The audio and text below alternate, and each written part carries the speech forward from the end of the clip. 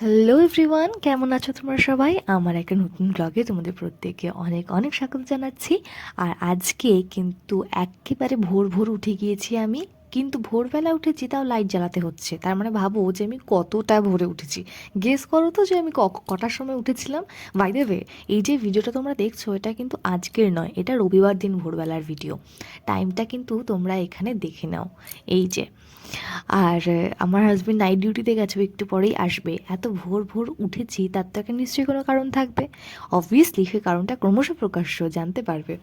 এখন একটু বাইরের দৃশ্যটা দেখে নাও যে রবিবার দিন ভোরবেলা 6:45 সময় বাইরের ঠিক দৃশ্যটা কীরকম।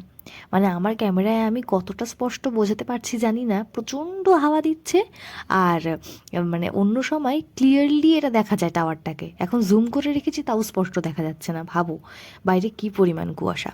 আমি চটপট করে জানলা ফাল্লা আবার দিয়ে দিলাম, যা পরিমাণ ঠান্ডা এখানে। একে তো এরকম জম ঠান্ডা, তার উপরে তো সকাল সকাল উঠে আমরা কোথায় যাচ্ছি যদি সত্যিই জানতে চাও তাহলে চোখ রাখো নেক্সট ব্লগে।